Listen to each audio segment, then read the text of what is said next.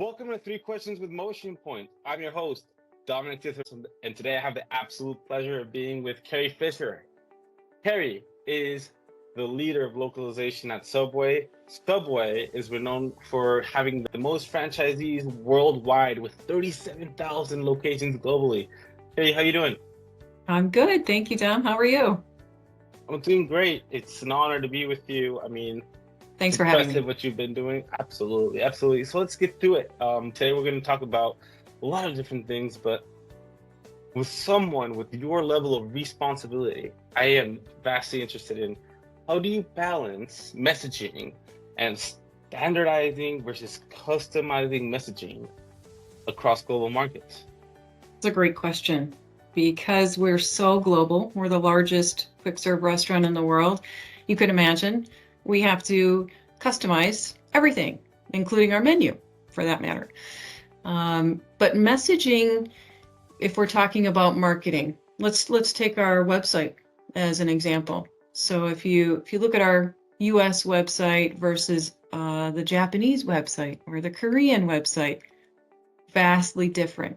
The branding is there. You see the S, you've got the green and the yellow, that's standard across the board. The menus are completely different. The messaging is different. And, these influencers, right, are different. They're not gonna show a bunch of American football players in Japan or Korea. They're going to use the influencers that are important and, popular in those locations. So while the branding is the same, the service should be the same as well. So, we do like a consistent global brand messaging and welcoming our guests. We go off script, depending on the country that we're in. So we want to make it relevant for everybody in their respective countries. And you allow like some autonomy from local subsidiaries or Totally. local offices to tell you, hey, Carrie, we would like to do this and that. Thank God, right? Because you imagine if everything came through me and I was translating commercials or something like that into Japanese, it wouldn't resonate. It wouldn't even make sense. So creating content in country is, I think, the best strategy that Subway could ever employ. Right. And so how do you set those guardrails, I guess? Like, is that something that you tell them, hey, this is kind of the perimeter you have to work with, or Well, we've got, branding guidelines that have to be adhered to. yep, We have to be legally compliant in every yeah, country that we're in. So it's a huge, really effort worldwide, global wide, to be able to do all of this. And I'm sure we have, parameters and other things that have to be adhered to. I'm not privy to them because I don't live in those countries, but I look at the commercials and I look at the, just the differences. And they try and be similar, believe it or not. Like the tone, the excitement, yeah, everybody's energetic. That's the same throughout the countries. yeah. So it's like the impetus of the emotion you're trying to convey, the branding at the highest level. Yeah. But you do allow like enough autonomy in those subsidiaries to like, hey, prescribe to me what you think should be working, right? And of course, I could ask you, we could do a whole thing on the regulations and requirements in different markets, and I don't even know if we're the people to talk about that, right? Because Probably there's not. so many. Probably not. Well, I think that's a good segue to the next question, which is, what is the greatest challenge that you have when pioneering globalization strategies at Subway? At Subway. Okay, so I think the biggest challenge, what I found with every job that I've had, and I've only had 4 post college, but Hmm. it's the same theme comes up again and again, and that's educating the company about localization. Um, I didn't have to educate Subway on why localization is important. That was already in place. They didn't have anyone to uh, help create the strategy around Orchestrate it. it. Yep. But educating people on what localization is, the best workflows, automation, kind of herding the cats, as it's been called, just which is difficult if you don't have cats. So trying to help people understand the best process in order for this wonderful thing called localization to work as optimally as it can. That's probably the biggest challenge. A lot of people, want to send a Teams message or an email, with this big translation request or something like that. It's like, nope, here's the process. Everything's automated. I'm a one-person army at Subway. I can't, there's no way for me to manage everything through emails and text messages. So yeah, that's the biggest challenge. In other companies, it was educating them on why we're doing this whole process. We're trying to go global as a company. We're trying to make money and survive. But I didn't have to do that at Subway. It was more, the challenge was around centralizing. So I'm the only centralized function within Subway. So Wow. it's crazy. I deal with all of the departments and all of the regions for their translation requests. So that was a new one for me too. So if I were to regurgitate what you just said, it's kind of like the biggest challenge a company level, which is the biggest company to do this for, is making sure that you standardize the infrastructure and the operational procedures that come with getting approvals and getting requests fulfilled in an organized manner.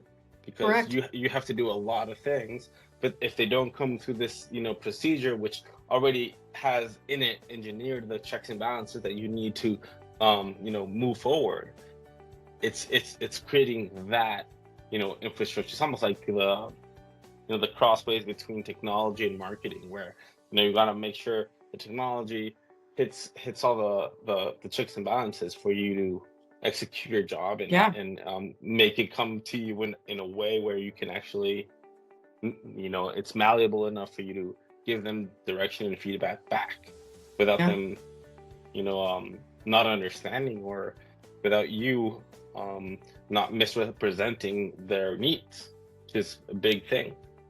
Absolutely. You can imagine the chaos that I came into.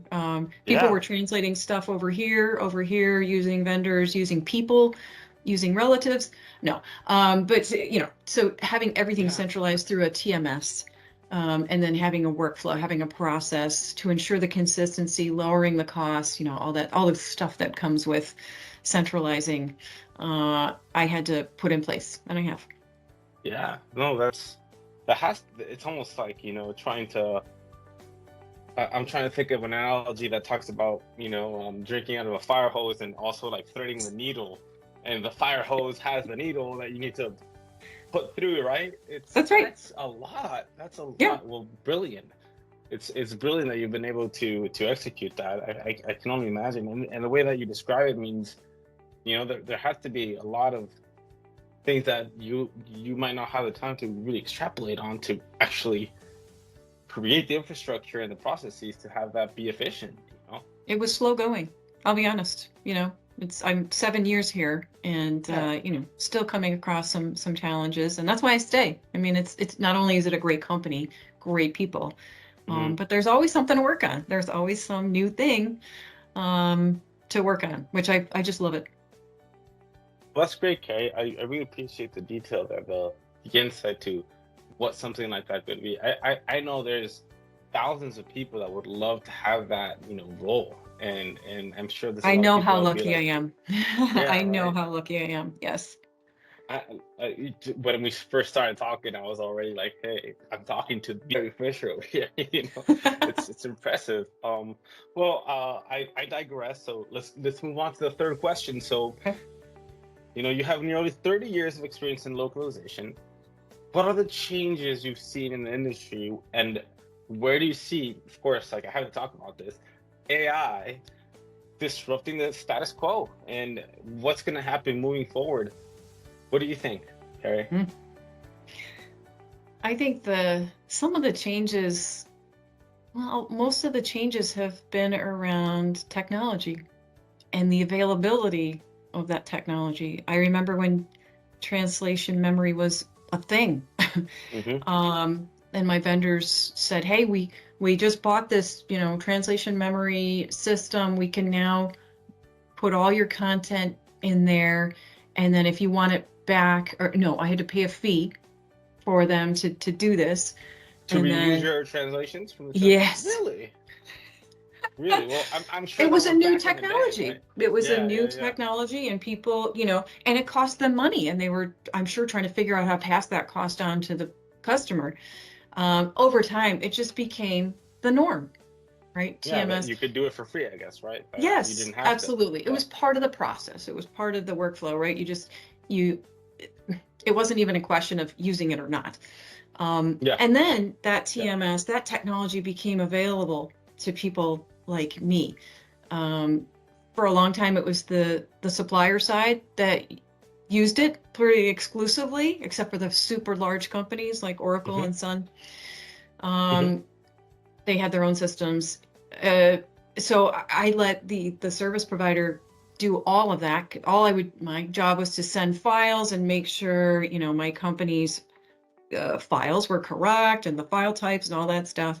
And then it morphed into anyone can use these things. Anyone can use a TMS system. And so that was I think a big change in the industry. Yeah. Technology simplified and made it easy for the people who never saw it before, never used it before, made it accessible, made it available. I think that So was a like big change. your marketers in any given domestic market would be able to pull from those TMS systems and use the translation memory that had already been invested in to you reuse the same translations for their, let's say, marketing campaigns, stuff like that. Exactly. Yeah. And Yeah, if man, it's that a was a big centralized jump. function, then we could do that for them. So, as opposed to, I'm not saying that these TMS systems aren't accessible to people outside of localization, but it's difficult for non-loc people to kind of understand what this is and then Hmm. figure out how to use it. Oh, do I grab this TM or that TM? Do I use the operations or the legal? It's Yeah. not their wheelhouse, but the ability to have this on the localization department, within the localization department on the client side, I think that was pretty kind of revolutionary. Um, and then it's all about the tools and automation, QA automating. That was such a manual process. Now it can be done with a piece of software, Yeah. to make sure all the translations are what we think they are and what they should be. MT, neural MT, and now Gen AI, right? Yeah. It's another step in localization's evolution. It's not going away. It will be refined just as MT has been refined over time and neural MT. Gen AI is going to go through the same process. I think it just generated a lot more noise and controversy than machine translation. Uh, Once again, oh my God, Yeah. our jobs are going away. No, they're not. They're just changing. Yeah. Well, um, that sounds very. I mean, it resonates to me. It's almost like, yeah, Gen AI is a big tool, but it's not replacing anybody. It's it's can you helping use us. it? Yeah, can Yeah. it's is you have to learn how to use it, right? Just like you Yeah, have to learn how to, back in the day, use a plow, and you had somebody driving that plow, it was, a big animal, totally. and before we didn't have that, right? It's how technology is leveraged by the same person more so than the disruption of the technology in and of itself. Right. But that's very interesting. I think I want to like hop back a little bit how you were describing the um, the ease that you had in choosing between, let's say, like legal and regulation type translations versus just commercial or marketing type jargon, and that you Yeah. have the ability to choose between one or the other. I Mhm. think that was a huge, step forward in our industry. Um, do you think there's something similar to that with, I guess, generative AI, or do you think like a company like Subway that's so vast, like it almost the bleeding edge of innovation in our industry almost has to take you know a slower pace at a company as big as Subway because we Yes. have to like, there's a trickle down to it where we Yeah. have to make sure everybody else. Yeah, talk about that if you can, Carrie. That's interesting Yeah. to me. So I actually reached out to my HR department last year. So when Hmm. Gen AI really took off and the service providers were figuring out how to use it Right. and how clients like me could leverage it. Right. Uh, so I saw some demos and I was like, cool, we should look at this. Could it save us time, money, whatever? So I went to my HR department and I said, are we allowed to use Chat GPT, which is out there right now? And it took them a few months to get back to me because they were Wow. talking Right. internally about this. What is our It's a paradigm stance? shift for everybody, every Totally. industry. Yeah, Yeah. it's a good question. You have to even go to HR to see if you can even leverage this amazing new Could I, thing everybody's talking yeah. about. Can I use Wow. Chat GPT in French to translate or create content, for an article that's going to go to the franchisees? I need to know that before I start doing it. Wow. Yeah. Um, It sounds. and the answer, so we decided, since we're a Microsoft house, um, we decided to use Copilot, and we were Yeah. piloting Copilot, Wow. and it was fun. One or two people from every department started using it. How can it help create a job description for HR? How can it create an e-learning content piece by referencing a user guide? Holy crap. All of a sudden, these things that were taking 3 to 4 months are taking 3 to 4 weeks. And we're able to generate more content. We're able to, and it's a lot easier to edit than it is to create. And we found that Hmm. Gen AI is just a great creator if you can figure out the prompts, the best prompts and that's the learning curve on our part. Great. And the second Um, part, which is and create a good editing process for that, because you're like you said, creating that's easy. Like cleaning that up, polishing that, it's another story, and yeah. that does still require a lot of resources. So Oh yeah. very interesting, very Yeah. interesting, Carrie. It's Any fun. other thoughts that you want to share with us? It's just that it's a constant struggle isn't the right word. It's just constant being aware of Hmm. what Gen AI can do, and how to do it and how it relates to your company and how can Yeah, it help? How can it help us? That's all this is you, about. like in speaking with you, I really that's I feel like I'm empathizing a little bit with what you're conveying here. It's like there is so much, and AI moves so fast. You just blink, and now there's all of these new tools that Yeah, weren't there yesterday. that's correct. How can a company with a digital footprint like Subway, forget about 30,000, the biggest franchisees, in the entire world, like now just think about the digital footprint of that, which has to be at a scale of 3 or 4, probably more, like 50 times, 50x, right? Of just the markets that you're serving. How can you choose what's the best tool to leverage? And I mean, if I were in your shoes, Kay, I would know that whatever I choose is not the right answer, just because tomorrow there's going to be another 10, right? Right. So We also have to be wise how can you about influence what that? we're using it for, right? Right. We What's can't the end go goal? crazy here. Yeah, the end goal, Right. I think, is to reduce the mundane tasks like taking minutes, meeting minutes, or something like that. Or, you know, Jenny can do all that for you. It takes the minutes, it summarizes them. So if you've missed the first 10 minutes of a meeting, you can just ask Copilot to sum it up for you. Boom, done. Action items. Oh my gosh. So a lot of it, I just feel is for helping humans with the mundane stuff. Hmm.